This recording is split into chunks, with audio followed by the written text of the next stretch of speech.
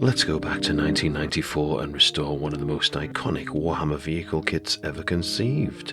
Let's explore the history of this model. Let's reckon with the rules for this Imperial Guard faithful. Let's drive closer and hit them with our sword. It's time for a video about the Leman Russ Battle Tank.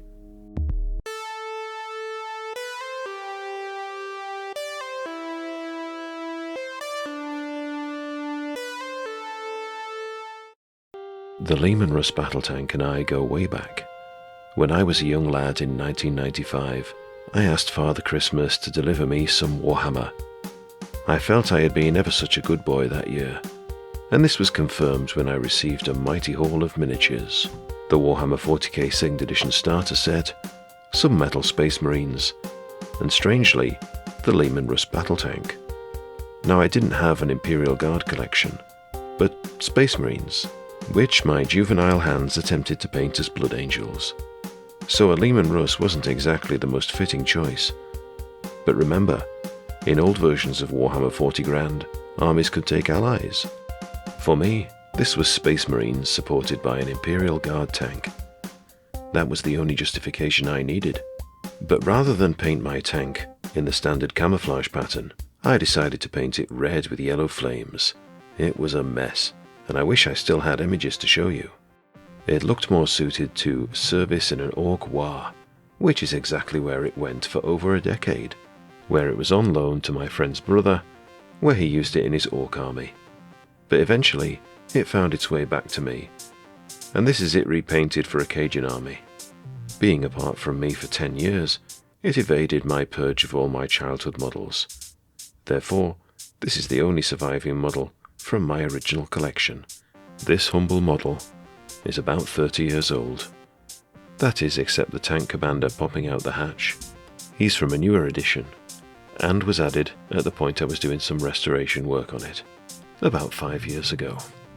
Speaking of restoration, last year a kind chap by the handle squirrelsquid sent me some of his old models, and among them was this Leman Russ, which I have stripped and disassembled. The tank tracks on the old model were moulded in black plastic, instead of the grey which the rest of the model had. Also, these hatches on the side, one of which could be covered by a sponson, were separate pieces, whereas, on the more modern kit, they are built into the outer track section. There's a load of other differences between the old and new kits as well, but I'll mention those as I rebuild this one. I used plastic glue to attach this cover to the front, and then the walls of the compartment for holding tanks of fuel and packed lunchboxes and whatnot. This is not a feature on the newer kit, and neither is this engine hood. Well, it is, but it's not a separate piece like it was on the old model. Surely a model kit with fewer bits to glue on is superior. I mean, it's less hassle. Or is it? Let me know what you think in the comments. On the rear of the Russ goes this lockbox, plus these two offset exhausts. And it's worth noting that the exhausts on the newer model have much more detail than these. The two largest parts of the turret go together thusly. This isn't a required step in the newer kit, since they are all already one piece, and the turret itself has a shallower profile. However, the nature of the old turret means that it's more useful for conversion work. For example, I've been able to use a spare to build this turret for a Chaos Predator. It's an alternative that I can give to this Nurgle Predator I built last year. I made a video on that, if Nurgle vehicles are your pleasure. Apparently, this piece is a targeter box, and this goes on the side of the turret here. Now the battle cannon main gun is a bit grizzled at the end. Thankfully, I had a spare to replace it. There. Still a bit rough, but nothing a good lick of paint can't hide. A new hatch was also necessary. When building the hatch for the Leman Russ, you could choose a one with 2 doors that open, or this domed piece, which I have chosen here, since I think it looks neater. I built the sponsons off camera, so here I'm just gluing them on the sides, lining them up with the guides embossed on the plastic. And then it was just a case of gluing the tracks to the sides of the body. Almost everything still rotates, which is good because there's nothing like having a model tank with moving parts. With this one, I haven't added any stowage or other gubbins or camo nets or whatever. I just wanted this one to be fairly clean. Of course, the sponsons could be heavy flamers as well, and there were sufficient parts in the box to make this a reality. Going back to the newer kit, this has some significant advantages. For instance, the tracks weren't half as fiddly to build. I mean, look at these old instructions where you had to put in all these cylinders between the track plates. Though at least the image of the Leman Russ is rendered correctly. In the new instructions, the turret has somehow sunk into the hull. Perhaps the warp was seeping through into reality in the tank factory where these were built. The newer model allows you to make the 4 different variants with their different turret guns, and also it's got more options for the hull weapon and sponson weapons. The old heavy bolters were in one piece like this, but the newer ones, you could swap them out with something else. And if you introduce magnets into the mix, this leads to more flexibility and ease of list building overall.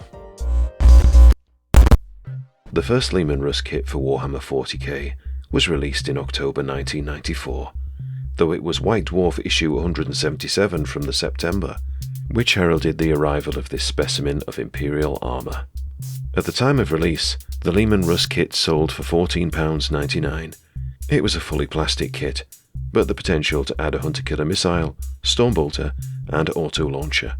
The catalogue section, which you can see in the back of the 2nd edition Imperial Guard Codex, states that it is supplied as 5 separate sprues, together with full-colour banners and transfers. This isn't the first iteration of the Leman Russ. Models existed for this in Epic, and while I would love to do a deep dive into all the models there have been for the Leman Russ in Epic, I've lost my speedos. But if you need some bedtime reading, then consider this excellent detailed article by Death of a Rubricist. Link in description. Over the years for 40k, the Leman Russ has been released in several different kinds of boxes. When I bought mine, it was in this classic box. A few years later, it was repackaged into this one, and after that, it had various different kinds, and eventually the model was completely reworked into the kit that we have today. It has more options, is easier to build, but has the disadvantage of making it slightly more difficult to convert. At some point, the Leman Russ came with a vehicle upgrade sprue, which had track guards and communication doodads and the such like. According to Lexicanum, this was released alongside the 2nd Guard Codex for 3rd edition 40k in 2003, which makes sense since from this point on is when the track guards begin to appear in official photos. White Dwarf issue 178 contains an article written by Rick Priestley. He says that this kit heralds the start of a new range of top quality kits from Games Workshop, which include an Eldar jetbike, and later the Basilisk and Chimera for the Imperial Guard. He mentions the playtesting that has gone into this unit, including their participation alongside Space Marine allies, where they were apparently very effective. He hints at the new Imperial Guard models as well, and definitely cannot be bribed with beer. I wonder how he feels about gin. After a brief background section, there's a bit about the new rules, which were included here because this was before the release of the 2nd edition Imperial Guard Codex. There's a warning that these are beta playtest rules only. Indeed, they do differ from the final rules you find in the Codex, but I think that makes this even more intriguing, so let's have a look. The Leman Russ costs 205 points and is crewed by 5 Imperial Guardsmen, 1 being a driver and 4 being gunners. They are wearing flak armour, which gives them a 6+ save. However, they can change their flak armour for carapace armour, for an additional 15 points. This is not a rule which was carried over to the Codex. Sometimes, if a vehicle was destroyed, the crew could get out and form a little unit, so this was possibly the rationale behind the armour upgrade. Another thing which didn't carry over to the Codex as far as I can tell was the option to take a tank commander for the Leman Russ. At 10 points, he was a steal, and here's why. He improves the ballistic skill for firing the battle cannon, and he can take a war gear card. It's a shame that this didn't carry forward to the Codex, but I imagine it might have been a little overpowered. Then again, why not just have a limit? 1 tank commander per army, for example, and maybe drop the war gear option. The rest of the rules seem to be the same though. Same weapons, each with a targeter, which gives them +1 to hit. The tank could be fitted with auto launchers, which could fire frag grenades or blind grenades for an extra 5 points. And for 5 more points, they could have frag defender rounds.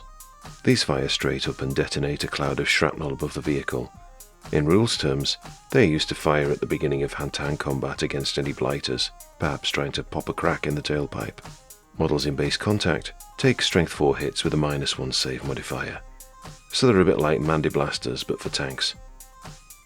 The Leman Russ sports the Seminole Battle Cannon, a right good boomstick using the 2-inch blast marker. Strength 8, a -3 save modifier, and 2d6 damage is going to make most infantry cry. And vehicles too, since it has the potential to achieve 26 on armor penetration, with an average of 18 or 19. That's good, by the way, especially since the blast marker allows it to hit multiple locations. And the inclusion of a las cannon can't hurt either. Actually it does, that's the point. The heavy bolters give them some more solid anti-infantry punch. With 2 sustained fire dice each, they can achieve up to 6 shots each per turn, provided they don't jam. The Leman Russ is one of the few vehicles to have armor 25, which is on the front of the turret. For context, this is bunker level durability. Of course, hits elsewhere are more likely to penetrate. The 22 on the front of the hull is still decent. This reminds me of a friend from school who would tell me I had wasted my time on the Leman Russ since his demolisher was superior. Better armor in some regions. I mean, he was right, mostly.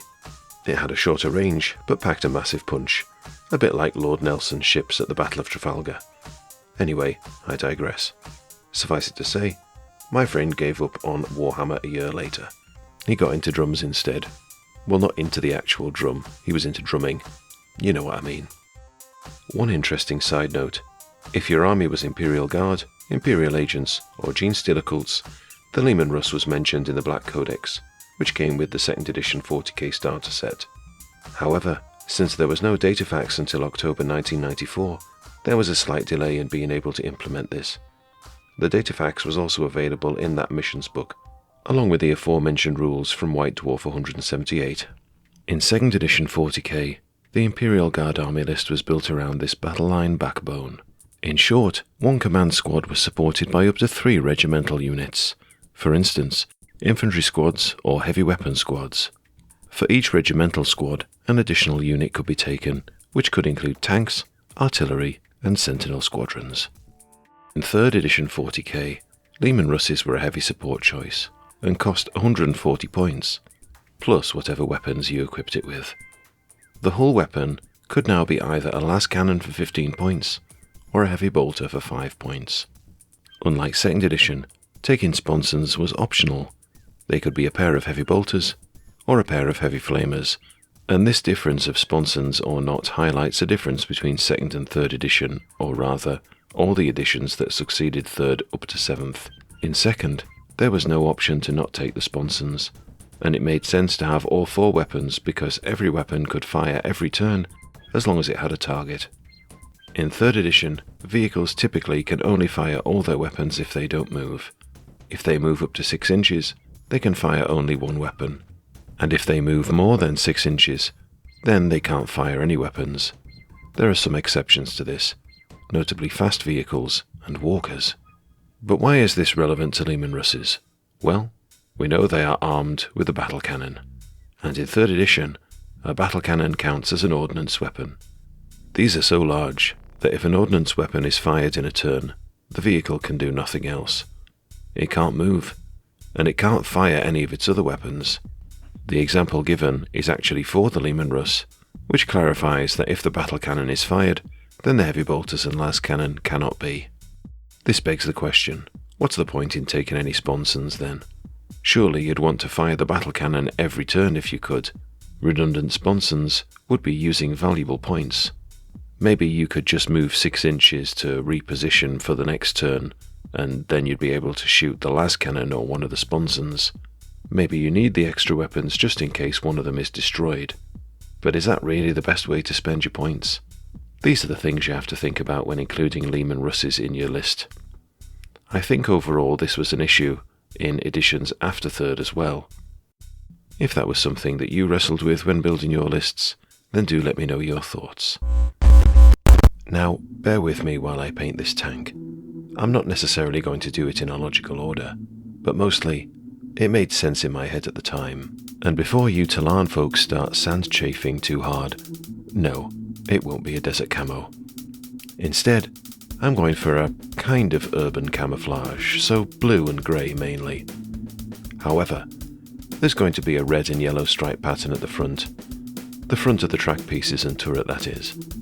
To achieve that, I use spray cans to spray those area yellow first using Colourforge Sunset Yellow.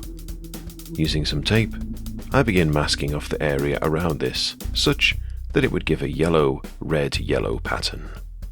When masking, I prefer to apply the colour, then cover it, and then spray the next colour on top.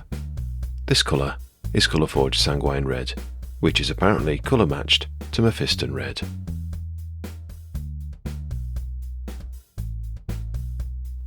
Then I mask off the red area as well, and give everything a blast of Colourforge Republic Blue. When I peel the tape off, the red and yellow have been preserved. I wasn't sure if this would be the correct blue, but I felt it worth a try anyway. And I had to prime the model with something after all.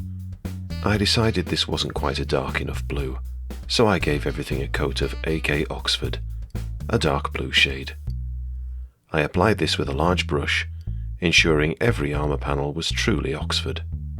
If only more paints were named after historic British university cities, especially ones I had no chance of being admitted to.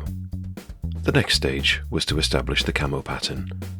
Rather than the shapes be amorphous, I wanted the form of the other coloured sections to be more geometric. To that end, I applied strips of my tape to cover the parts of the tank I wished to preserve Oxford blue. So I have completely broken my previous rule about masking, but never mind. Yes, it definitely looks like you've taped up your Uncle Bob who passed out after too much port on Christmas Day, but I'm going somewhere with this, you'll see. The colour being applied here is Wolf Grey by Warpaints Fanatic. I use a makeup sponge to dab this all over the exposed armour sections. Now in some cases, I don't get proper coverage. Sure, it would have been better for me to use a spray can or an airbrush, but I'm just using the resources to hand, as is my way. But why use sponge at all? Well, sir, sponging is exciting. Sponging is fun. Just ask any dog who likes a bath. The sponging merely allows me to outline the areas that will have this pattern. This is why it didn't matter too much that I applied the tape in a haphazard pattern. I can always tidy them up later with my brush.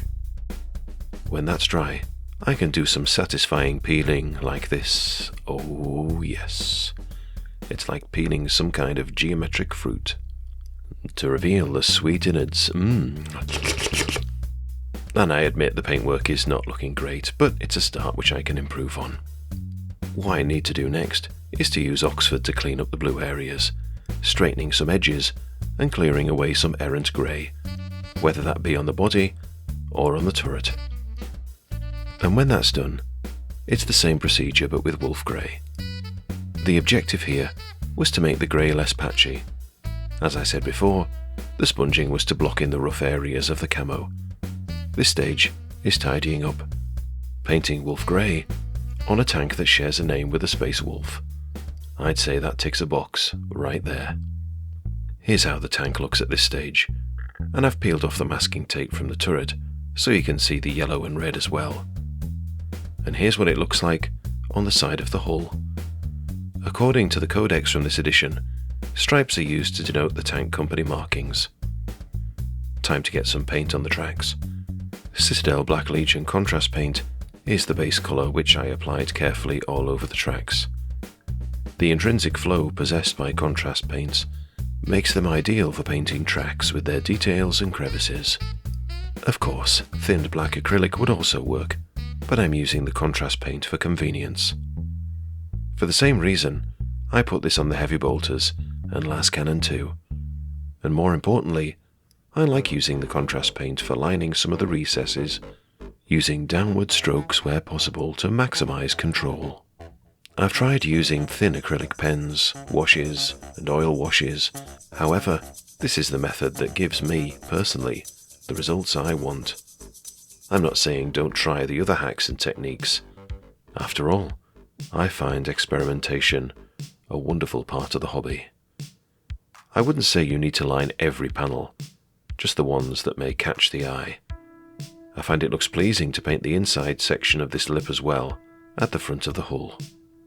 I have this very old pot of Citadel lead belcher paint, which hasn't quite dried up yet, so I take an old brush and load this up with the lead belcher, wiping off some of the excess before brushing it over the raised portions of the black tracks. I do the same on this mesh on the engine cover, and off camera I properly dry brush the exhausts.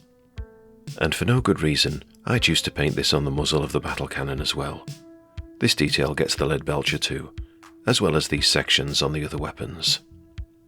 A light dusting of Vallejo aluminium is used to pick out some of the raised details on the tracks.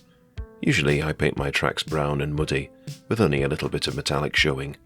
However, since I've reverted to 2nd edition times, I wanted to paint this vibrant as it befits the era. I use the Black Legion again to paint the end of the battle cannon barrel, and I mistake Fenrisian Grey for Wolf Grey when painting the middle section, so I go back and sort this out later. But while the Fenrisian Grey is moist on my palette, I use it to edge highlight the black weapons, as you can see here. Let's just jump forward in time a bit. Where you can see I also highlighted much of the edges of the armour with Fenrisian Grey as well. Much of this was done with the edge of my brush, which is an orange brush. That's the name of the manufacturer, by the way. After using these for several weeks, I wholeheartedly recommend them.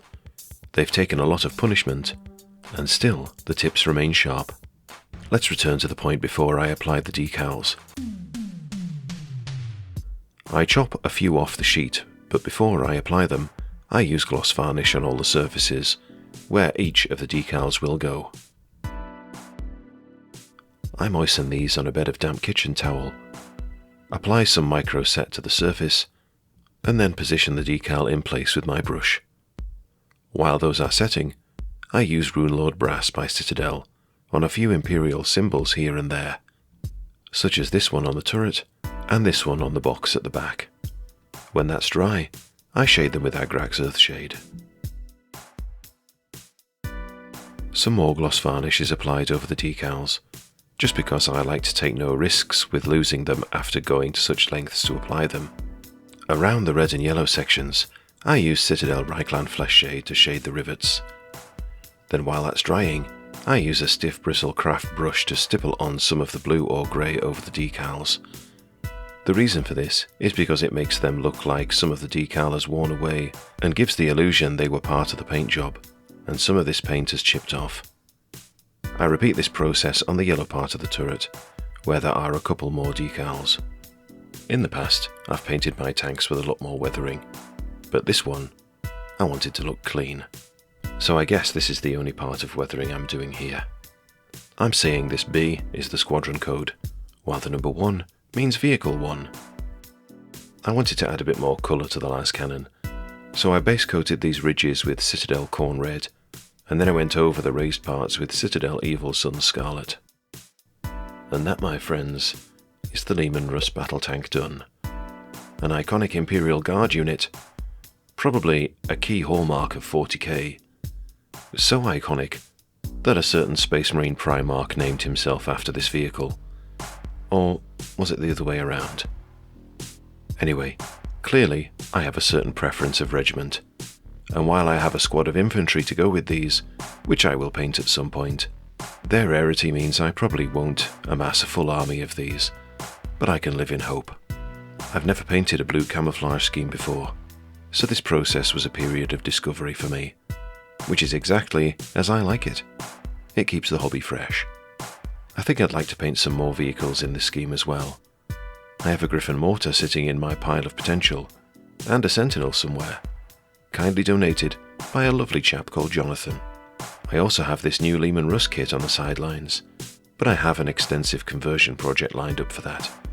I just need to acquire some more tank track pieces to make it happen. A massive thank you to squirrelsquid for donating this kit and making this video possible. Thank you as well to all those people who sent me pictures of their Leman Russes. And if this video has pushed your buttons, then please do push all the relevant buttons. you can always toss me a coin on Ko-fi if the spirit moves you as well. And remember, I have Instagram too, if that's your thing. And with that, I better go paint some more minis. Take care, and thanks for watching. Drive me close, I wanna hit them with my sword. Drive me close and I will play my chord. Forget any other ballistic weapon. With my sword I love to threaten. Drive me close, I wanna hit them with my sword. Up real close, the victory points are scored. Gun the engine and slam in gear. To my enemies I want to be near. Drive me closer, drive me closer, drive me closer.